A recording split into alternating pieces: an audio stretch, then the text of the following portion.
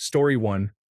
I had surgery to improve my vision, but I developed a post-surgical infection and ultimately lost my vision in the eye I was trying to correct. Story 2. When I was 9, I got water stuck in my ear during a beach trip. None of the usual methods to remove it were effective, so I plugged my nose and blew as hard as I could. I completely damaged my eardrum, resulting in numerous infections and hearing loss. Don't do it. Story 3. Not taking care of my teeth and eating myself to 281 pounds, which, even though I'm now 150 pounds, has left its evidence behind. Story 4. Get a procedure to fix my temporomandibular joint dysfunction. It's very rare, and now I'm an example in a medical journal. The Botox injected into my joint traveled along a nerve and damaged my soft palate. I sounded like a person with a speech impairment for 4 months, and I noticed my speech regresses when I'm sick. It has not improved in 5 years. I still struggle with eating and drinking because my soft palate is damaged. Story 5. Wearing high heels over 4 inches every day for work in my 20s took a toll on my knees in my 30s. They would hurt during activities I enjoyed, like hiking. Now in my 40s, the knee pain improved after switching to zero-drop, minimal footwear, but it still hurts at times. I hope it doesn't get worse as I age. Story 6. Tanning beds. What was I thinking? I just liked the warmth and solitude. It was my time for myself. I was so oblivious. I had never been in a sauna. That could have provided the same benefits for me without the risks of melanoma and skin aging. Story 7. Not what I did, but what I didn't do. Take care of my teeth. I should have gotten orthodontic treatment as soon as I started working. I am over 65, have crooked teeth and cavities, and cannot afford dental care because Medicare does not cover it. A fixed income and old age are challenging. Take care of your teeth. Story 8. I didn't protect my hearing at dances in junior high. Now, I live with the constant ringing of tinnitus every day, and I would do anything to get rid of it. Story 9. I did not love or enjoy it. All I could think was, I'm too fat, I'm too ugly, and I'm not good enough. Now I am much bigger. I was hit by a drunk driver, so I am also disabled. When I look back, I cannot believe I thought that about my body at that time. Story 10. Eating myself into obesity after a breakup. I weighed 75 kilograms before and have gained weight to 130 kilograms. Now, I am at 110 kilograms. I'm doing okay in life, but with my irregular working hours, I struggle to commit to a healthy lifestyle, and it didn't need to be this way. Story 11.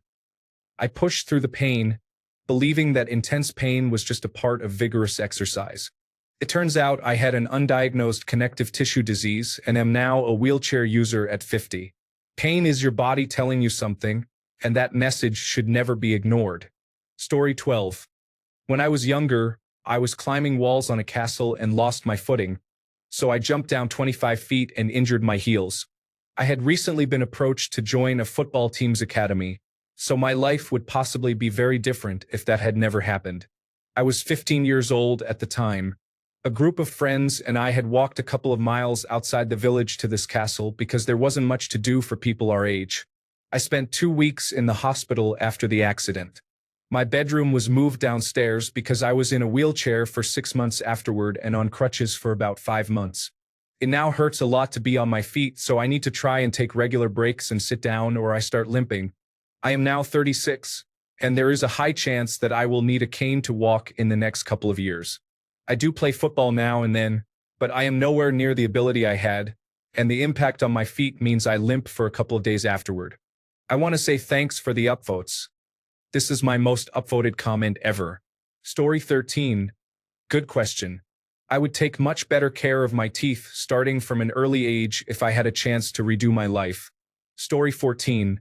Not really something I wanted to do, but when I was 13, I fell and hit my face on a bench.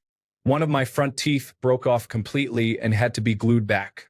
It fell out again 2 or 3 times after that and had to be glued back repeatedly.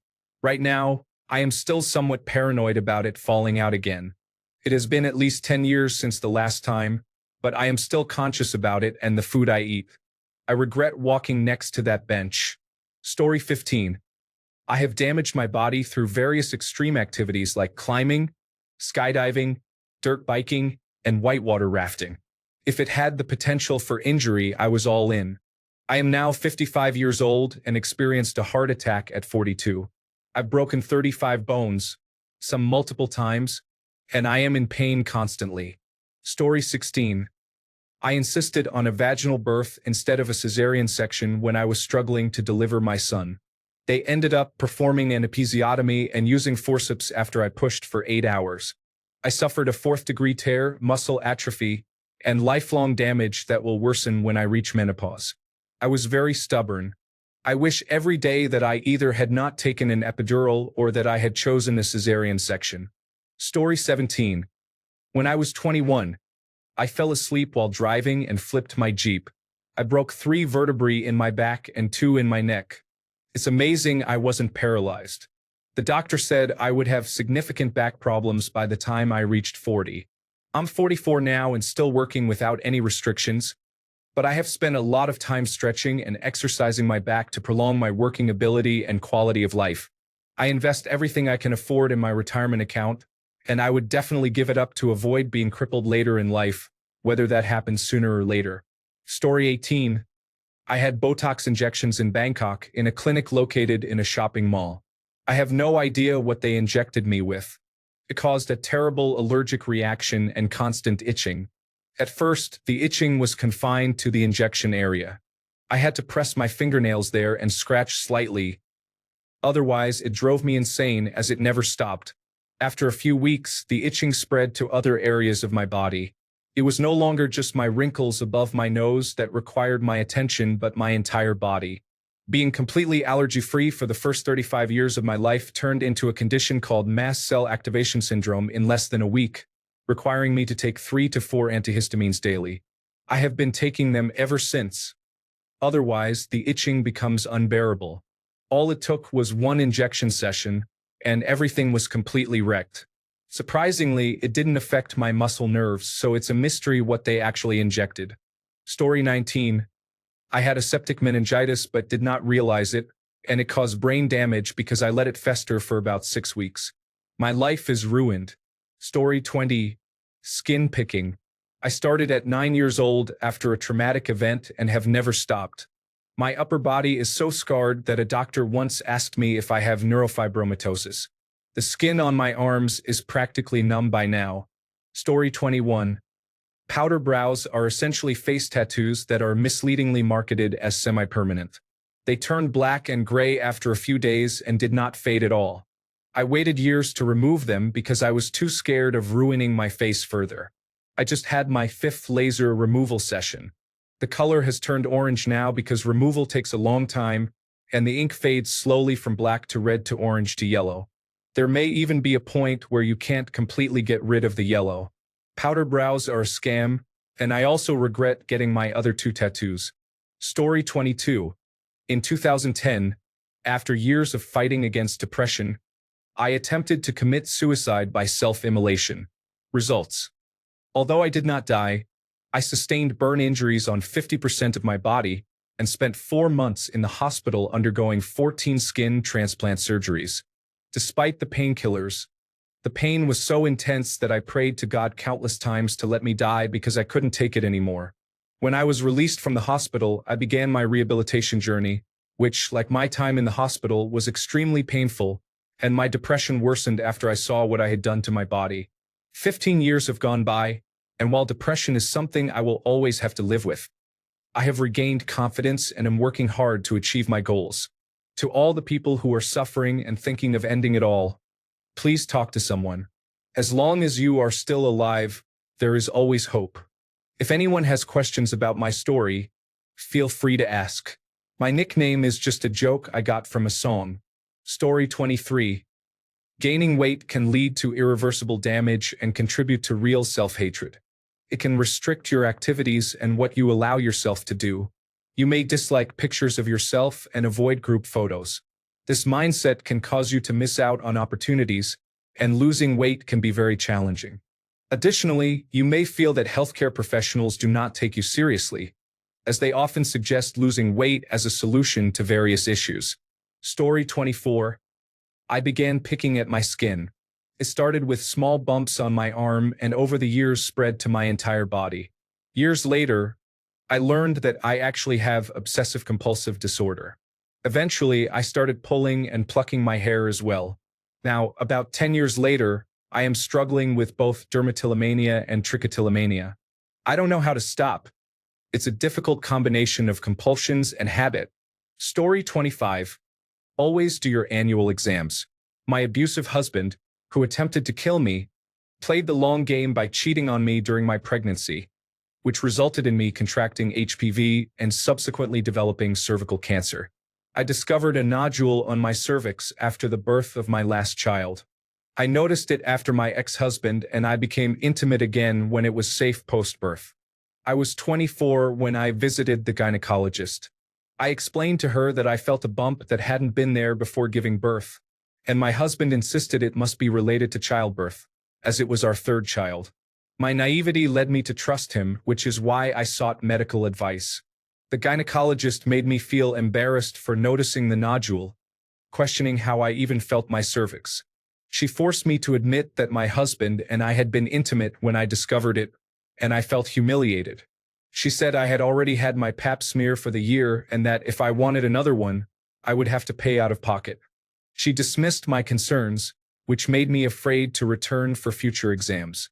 My ex-husband convinced me that there was no reason for annual checkups since there was nothing wrong and we were monogamous. After my abusive divorce, I discovered that my husband had cheated on me. I got tested to ensure he hadn't transmitted anything to me, but I never received a pap smear or internal exam because he had sexually assaulted me, leaving me traumatized. After years of therapy, I finally mustered the courage for a comprehensive annual exam, including a pap smear. Came back with abnormal cells, which was alarming considering it had been 9 years since I first found that nodule. I needed a biopsy. As I walked into the office, the nurse practitioner reassured me, saying it was only deadly if not caught quickly, like if it had been present for 10 years. I pointed out that it had been 9 years, and the mood shifted to somber.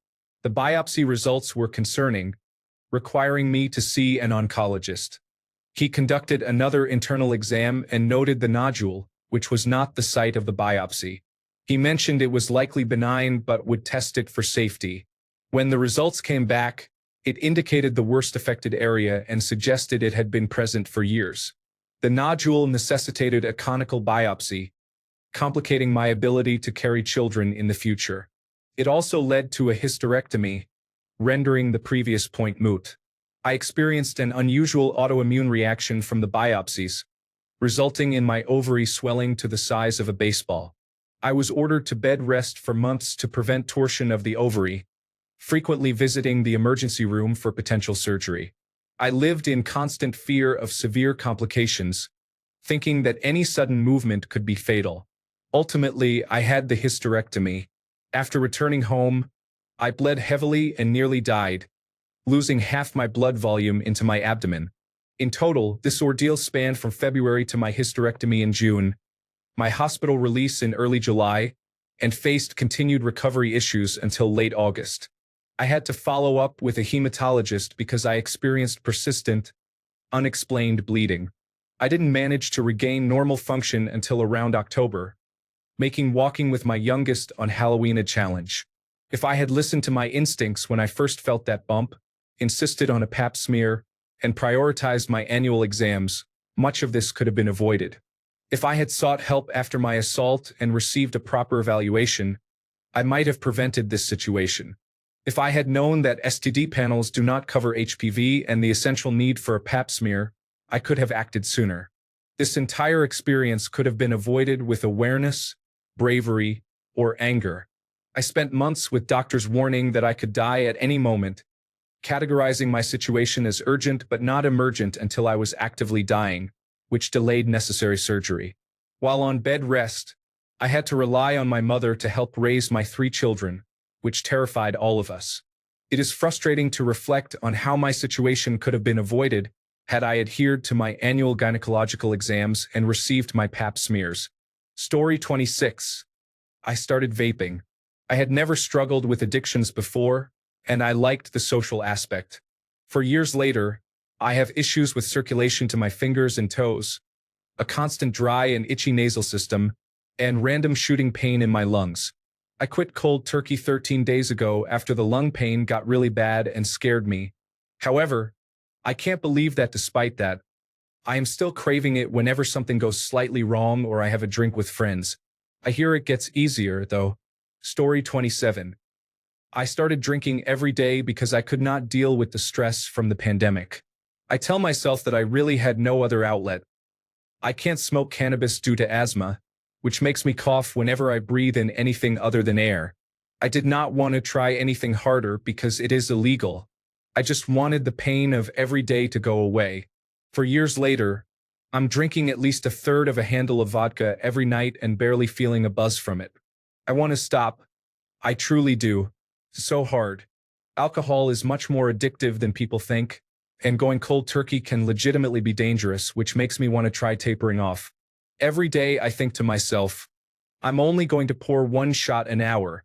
That's all I'm allowed to drink. Yet every night I end up pouring myself more. If you want to drink alcohol, that's fine. Do it socially. Do it with friends. Don't do it alone or every day. I don't even want to think about what my liver looks like right now. Story 28. Untreated consecutive concussions have left my memory impaired. I also did not rehabilitate a knee injury in my early 20s properly, and now my back and hip are suffering as a result. Story 29. Severe restriction and anorexia. I am in recovery now, but the extreme fluctuations in body weight and the stress of being malnourished for extended periods have affected my system. As I get older, more issues arise that are commonly associated with a history of eating disorders. I would give anything to be free of the side effects I will live with for the rest of my life. Story 30. In 7th grade, I repeatedly slammed my head into a steel locker door at school, trying to hurt myself. I have no doubt that it caused some damage to my brain. My life savings is only a 4-digit number, which is quite inadequate for neurosurgery. Story 31. Turned down the music when I was a kid. I have had tinnitus for 48 years and cannot remember what silence sounds like. Story 32. Trigger warning for self-harm and eating disorders. This text contains graphic content and mentions calories. I engaged in self-harm for 10 years. When I say self-harm, people often think of superficial wounds. There is no shame in any level of self-harm. Everything is serious and important, whether superficial or more profound. However, my wounds were not superficial. I started at 11, and by the time I reached 14, I was escalating and impacting deeper layers of skin. I was finally accepted into therapy after being turned away at 12 for self-harm, only to be told that I wasn't cutting deep enough to be a concern by UK National Health Service funded services. They never addressed it again, so I hid it better and continued. By 17, I was reaching subcutaneous fat. All cuts pose a risk. All carry potential for infection and bodily damage. However, the risk escalates significantly at this level. Naturally, I did not take care of my injuries. It became a daily routine, often the first thing I did upon waking and the last thing before sleep. I carried razors to my part-time job as a hotel cleaner, using them during breaks and between classes. I often had over 200 open wounds, most reaching fat depth at any given time. Most people will tell you that they regret the scarring. Honestly, I don't care. My body has looked this way for so long that I think I would feel strange without the scars. For a while after I quit, I thought I would trade them for smooth skin, but I ultimately did not. What I want to change are the health issues I've developed because of it. Nerve damage is one concern. The biggest issue, however, was that I bled so much so often that in the end I literally did not bleed unless I cut deeply. My blood had a strange orange color. I looked like I was dying. I couldn't stand without fainting, and I experienced constant heart palpitations. I've been free from self-harm for a few years now, but I still face issues. My hair thinned to the point of noticeable bald spots, and during my final year of self-harming, I also struggled with an eating disorder, consuming fewer than 500 calories daily. This accelerated the hair loss. It never fully grew back, and I feel very self-conscious about it now. I live in constant pain and can't help but think it's partly because of my past behavior. I am free from self-harm now, and my eating disorder is in recovery. I still feel a bit crazy, but I am no longer engaging in those behaviors. I don't believe people talk enough about the long-term health issues that arise from self-harm. I don't think it has been adequately studied, and I acknowledge that I was somewhat reckless, but still. Story 33. First, my life savings could barely get me a used Subaru with under 100,000 miles. That's not much money. Second, gaining weight is easy. Story 34. I fractured my spine at age 20 and have not worked full-time since. My life savings would be a bargain to regain my ability. Story 35. Stunting my growth with an eating disorder. I would pay for a time machine for my younger self to go to treatment. Story 36. I am covered in tattoos, which I started getting at 18 because I was part of that scene. Now I am a humble, outdoorsy person who does not care about being perceived as cool. I do not regret them all, but wish I was not so heavily tattooed now. Story 37. Depo-Provera shot. I cannot take most forms of estrogen birth control, and I have extremely long and heavy periods. I was 18 at the time, and my gynecologist mentioned that the Mirena intrauterine device would be a great option. I tried the intrauterine device, but about a week later, my body rejected it. I was young and did not know that I was entitled to a second one per the manufacturer, and my gynecologist did not tell me I could try again. Instead, he offered the Depo-Provera shot. He made it sound very appealing and failed to mention any side effects. I worked and went to school full-time, so the idea of not having to worry about a pill sounded great. I agreed, and he gave me a shot that same day. I was on my period when I received the shot. Fast forward 3 months, and I had gained 40 pounds, and I had my period for the entire duration. Because I was young, busy, and inexperienced, I waited until the appointment for my second dose to mention the weight gain and continued period. The doctor said they were probably unrelated and gave me a second shot. I gained an additional 20 pounds, and I had my period for another 3 months. I canceled my next appointment and refused to go to a doctor for 3 to 4 years. The weight gain overwhelmed me. It happened so quickly, and I already struggled with very low self-esteem. I also developed many stretch marks, which I am fine with now, and my food cravings completely changed. It took a long time for me to stop wearing long-sleeve t-shirts and sweaters all year round. The physical and mental toll took a long time to recover from. Story 38. I forgot to put in earplugs while riding my motorcycle one time. I didn't realize it until about an hour later, and now I have tinnitus. Story 39. I had a wart on my hand that was there for years, and I could never get over-the-counter medications to work. So I used strong vinegar and repeatedly applied it with a damp cotton ball. Over time, the skin in the area became damaged, but I kept going even though there were open sores on my hand because I wanted to eliminate the wart. In the end, I only created permanent scarring on my hand surrounding the wart, but the wart remained. I eventually went to a doctor to have it frozen off, which is what I should have done in the first place. I was raised in a household where my parents were very afraid of doctors and believed they should be avoided as much as possible. Story 40. Joined the United States military. I do not recommend it unless you are prepared to damage your back and knees and potentially deal with a lifetime of post-traumatic stress disorder. The United States military is so skilled at traumatizing people that they do not even need to deploy you to achieve it. Story 41. A few years ago, I wore a cape on a Halloween bicycle ride. It got stuck in the front wheel, causing me to fall and scrape my face on the concrete. The skin on the inside of my lip was damaged, and now my smile looks nothing like it used to. I regret that moment and dislike how my smile appears now. Story 42. A long history of poor diet, lack of exercise, and over 10 years of alcohol use can lead to numerous minor chronic conditions, as well as serious health issues. I have not been able to maintain regular bowel movements for several years. I believe I may have a partial internal prolapse. Sometimes waste can pass through, but often I need to manually help move the affected areas of my rectum to allow for proper elimination. Story 43. Participating in a psychedelic clinical trial and developing a neurological disorder as a result is not suitable for everyone. Story 44. I listened to loud music on my portable cassette player in the late 1970s. which caused me to go through several pairs of headphones because I damaged them. Now, I use hearing protection when I mow my lawn. Story 45. Possibly cutting myself? I'm not too concerned about the scars, but they have limited my ability to pursue certain appearance-based careers as I would like. Story 46. I should have just given in to a second section and not tried for a vaginal birth after cesarean.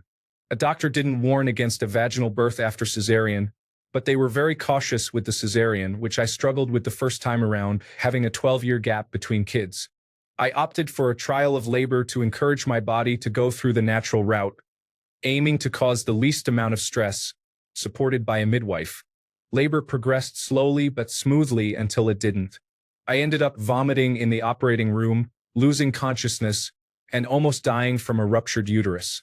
My baby was born unresponsive in my abdomen, and the uterus was so badly damaged that it took 4.5 hours of surgery, with a total of 5 hours if you include the cesarean portion, and I lost 2 liters of blood. I underwent a hysterectomy due to the massive hemorrhaging from the rupture. My baby is healthy, but I deeply grieve the loss of my ability to have more children. I'm not even in my 30s. Story 47. Bulimia. I didn't ever think it was a good idea, but when I started in 7th grade, I had no idea of the absolute disaster it would do to my body. Thankfully, I have always had good dental insurance because I've needed it. Most of my back teeth have essentially crumbled out of my mouth and are all crowns plus 1 implant. I think I only have about 4 teeth left that are not crowns. Story 48. I had to have my upper front 4 teeth removed due to lack of care. I have had 3 sets of dentures made, but no dentist can seem to make them fit. Getting implants is the goal, but it is simply unfeasible even with dental insurance. People treat you poorly, and you cannot eat many foods, which makes it hard to speak properly. Take care of your teeth, or it will become something you deeply regret. Story 49. Nothing. As a former self-harmer and eating disorder sufferer, I wouldn't change any of it. I still have physical signs, but I've overcome a lot mentally. The scars serve as a reminder that things get better and people can grow and change. Story 50. Telling my 14-year-old self that they were perfect and not to let our mother convince us to have plastic surgery. I grieve what my nose would have looked like every day. I look at pictures of my younger self and there is absolutely nothing wrong with my nose except, as my mother put it, it being a Jewish nose like my father's. The shape was a bit different. That is all. Story 51. I didn't do it, but I was a passenger in a car accident that left me paralyzed. I would definitely give my life savings to reverse that. Story 52. I lost a significant amount of weight and then gained it back plus more. Before anyone says to just lose the weight again, it is not that easy. Story 53.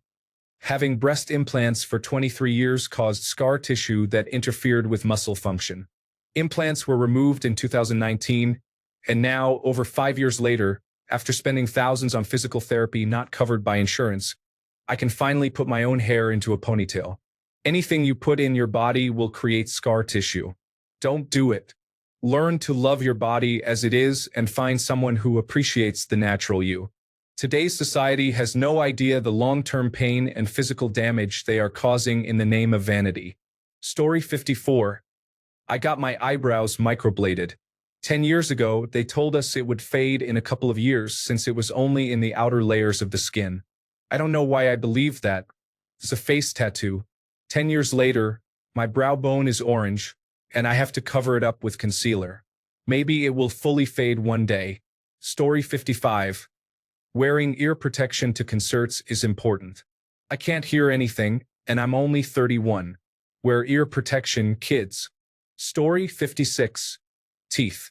If you are in your 20s and reading this and it is making you think about your own situation, get your act together.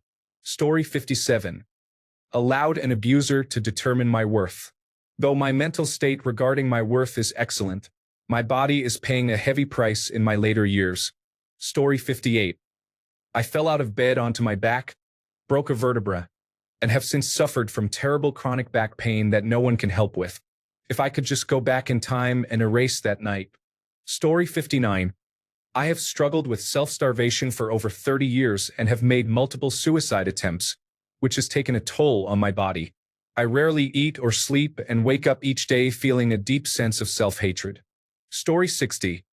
I attempted suicide on New Year's Eve of 2018. I was found 2 days later by my mailman and airlifted to a hospital, where I was placed in a medically induced coma. During this time, I experienced a near-death experience when my brain became swollen from the Benadryl I took. Thankfully, they stabilized my condition, and my lungs eventually began functioning again. I later moved from the intensive care unit to the psychiatric ward. I was released from the psychiatric ward 3 months later, but I attempted suicide again after discovering my roommate had hung herself in our bathroom. This time, I was placed in another medically induced coma, during which my heart stopped multiple times due to a severe cardiopulmonary infection caused by the ventilator. I had a 0.8% chance of surviving the second coma and encephalitis, but I did. When I woke up, I found "Do not resuscitate" written in my own handwriting all over my body. I was sent back to the psychiatric unit. The doctors placed me on disability and administered electric shock treatments for the next 3.5 years, which led to 2 strokes. They later discovered they had conducted 140 more shock treatments than legally allowed, and it wasn't even the treatment prescribed for my diagnoses of chronic suicidality or prolonged grief syndrome. Now, I have multiple sclerosis, chronic migraines, and epilepsy. I attempted suicide because I regretted how my parents died and how I blamed my father for not calling the ambulance for my mother. I was so upset after their deaths that I spent $480,000 in cash inheritance within 11 months. Then I attempted suicide again. Story 61. Heavy drug use between the ages of 14 and 21 set me up for some problems I am still dealing with at 28. I have been clean since I was 21, with only occasional use of marijuana. Drugs can severely impact your life, especially when used to cope with trauma from abusive family members and similar experiences. At least, that has been my experience. Story 62. I sprinted down the stairs in my new house while wearing socks. I ended up slipping and falling so hard that I injured myself. I went to my doctor right afterward, and she said the injury was irreversible without surgery. I legitimately separated the fat in my body from falling so hard. It hurt terribly for weeks, took months to heal, and I am constantly reminded of it when I look in the mirror. I know it's superficial, but it bothers me a lot. I refer to it as damaged goods. Story 63. Getting an intrauterine device inserted was traumatic. 2 years of difficulties followed before I finally had it removed. I gained over 50 pounds, experienced constant sweating, and my mental health suffered. Within 3 months of having it removed, everything returned to normal, although the rapid weight loss led to gallstones. Story 64. Actually, nothing may help, except perhaps a little less sun exposure or drinking. That said, I was really beautiful in my 20s, and I would give my life savings to look like that again and to appreciate that brief period of youth before it's gone. When I was younger, I thought I would be pretty forever. But then your late 30s arrive, and it can be a significant blow to your confidence. At least, that has been my experience. Story 65. I don't think it's anything I did, but my eyesight is poor, and I would give anything to have healthy eyes. Story 66. I gained 100 pounds. I was a former athlete who was always fit and lean, but I started eating excessively and stopped exercising. I lost it all and have kept it off for 10 years, but it was hard on my body and mind. I lost years of my life due to the depression and anxiety of being overweight. I avoided events, didn't see family, and felt embarrassed. I struggled with self-loathing, feeling like a mess, not wanting to be in photos, and avoiding intimacy. Even though my wonderful husband was always affectionate and never mentioned my weight gain. I admire those who can embrace being overweight and advocate for body positivity. I was not one of them. Story 67. I am getting a large symbol tattooed on my shoulder blade after a friend with questionable taste insisted we get another matching tattoo. We previously had matching tattoos, but they were enjoyable. This one is enormous and absolutely unattractive.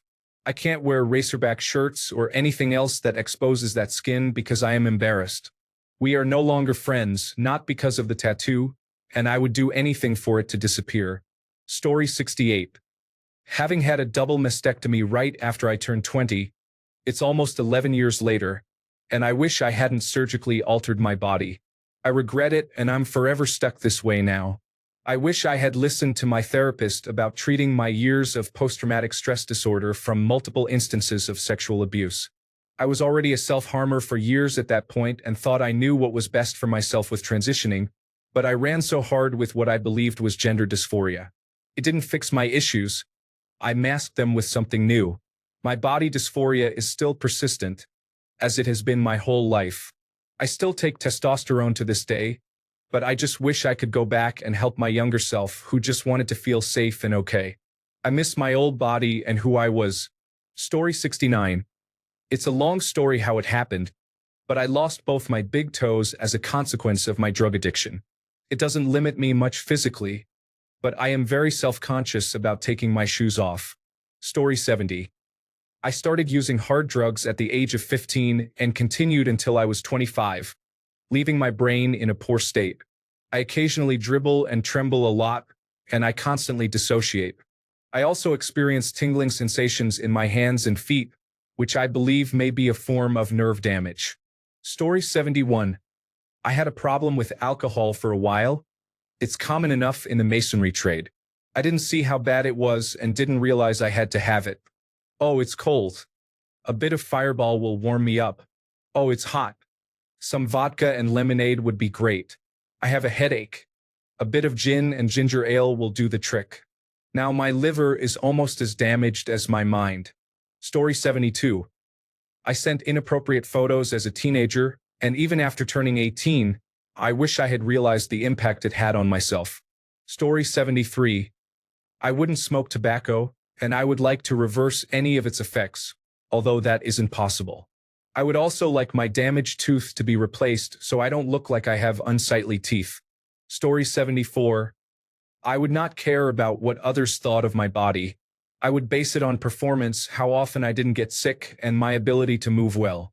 You can lose weight, but it's much more difficult to lose an unhealthy mindset. Story 75. Daily chronic low-level exposure to phosphine fumigant for over 8 years has led to severe mitochondrial oxidative stress from the toxin. I have spent the past 3 years trying to reverse the effects. I am getting better, but it has been a rough road. I am frustrated with the indifferent corporations that did not provide the resources I needed to safely do my job despite numerous requests. I also feel angry towards the lawyers who demanded an $80,000 deposit that I could not afford to take my case. Story 76. Like many others, I have neglected my teeth during depressive periods. As I approach 40, I feel ashamed of my smile and dental health. Unfortunately, I cannot afford to repair the damage and likely never will. Story 77. Donating blood left me severely anemic, gaining 35 kilograms and losing more than 3 years of my life due to exhaustion and fatigue. I experienced total burnout that I'm still unsure I am fully recovering from.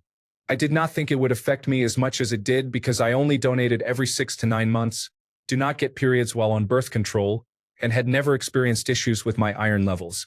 It took a long time to figure it out because I also developed other illnesses, most likely due to a lowered immune system from anemia, which mimicked the same symptoms. I wish I could have those years back. Story 78. Better posture. I feel ashamed of my tech neck and back hump. I think it looks awful, but it's hard to remember to keep my shoulders back since I've gotten into the habit of slouching. Story 79. I had a serious accident at 16 where I broke my neck and am now left with constant, debilitating migraines and trigeminal neuralgia. It's a type of pain I wouldn't wish on anyone.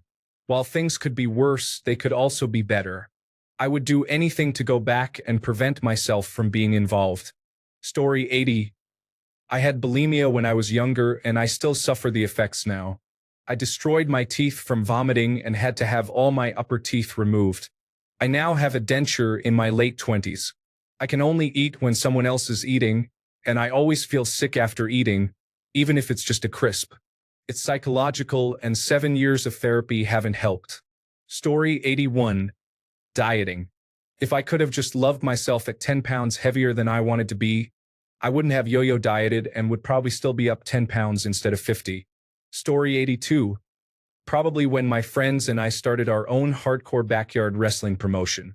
I am about 85% sure that summer of fun when I was 15 is responsible for the back problems I have at 35. Story 83. Not treating leg misalignment before the age of 18, or in my case when I was 18, can lead to bigger issues.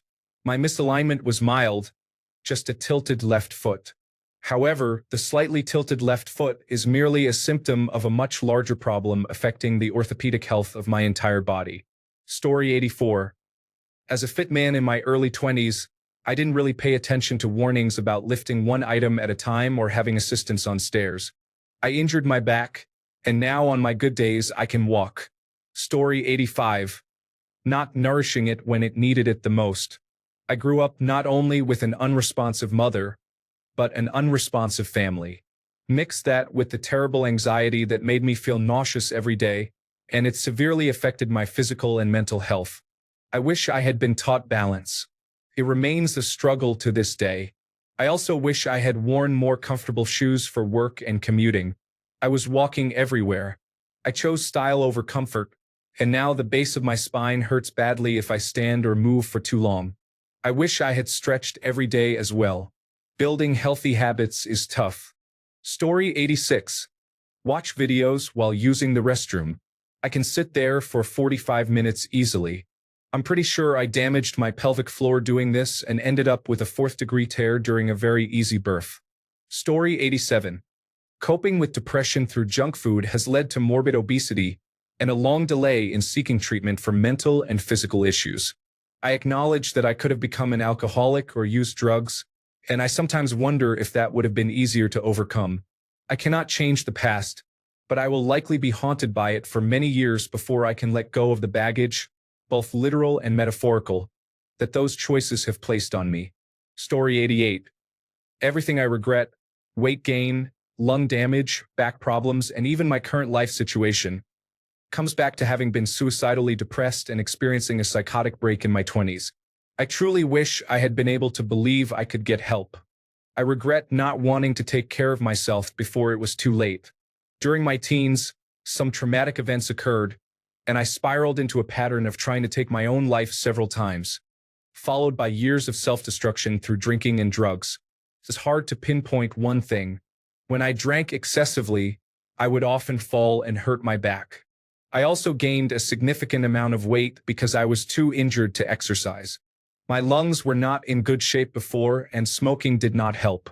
Now, I am working on rebuilding my life, but I feel so behind everyone else. I am losing weight and feeling hopeful, yet it is painful to look back and realize there was no way to halt my downfall because I lacked the understanding of what was happening to me. In my mid-20s, I learned that I have borderline personality disorder, psychosis, and complex post-traumatic stress disorder. With that knowledge, I finally sought help. Before I understood these issues, I knew something was wrong but thought it was unfixable and that I should just give up. I am grateful now to have met many others like me and to have a support system of therapy and medication to help me keep going. Story 89. I didn't take care of my hearing. I allowed ear infections to linger before getting them treated. Now I'm deaf in one ear before I've even turned 20. Story 90. I experimented with various drugs by the time I was 13, but what really affected me was cough syrup. I consumed 2 to 5 bottles of Robitussin daily for a year straight. We referred to it as dexing because of the dextromethorphan in it. Dexing was like taking LSD, smoking meth, and being intoxicated at the same time. Over 300 days of this impacted me greatly, and I had to relearn how to walk straight. To this day, if I focus intently on something, it feels like the first wave is hitting me. One time, I was too high and accidentally drank 2 entire bottles of the wrong kind, which caused me to flatline. I continued for another 3 months afterward and then suddenly decided I would stop. I lost interest and did not replace it with anything. 16 years later, I have various health issues as a result, ranging from gastrointestinal problems to hypertension. For context, I am 31 years old. These are only the issues I am aware of. Story 91. Depression, dental issues, smoking, and being overweight have affected my life. I quit smoking 10 months ago, which contributed to my weight gain, but the decision was worth it, even though it remains a daily struggle. My biggest regret is not using my continuous positive airway pressure machine. I did not realize how severely sleep apnea could impact me both physically and mentally. It has become essential for me now, but it took a toll with severe brain fog, memory problems, and atrial fibrillation. If you have sleep apnea or suspect you might have it, get tested and make sure to use your CPAP machine. Thanks a bunch for sticking around till the end of the video. Remember to subscribe, and until next time, stay awesome and goodbye.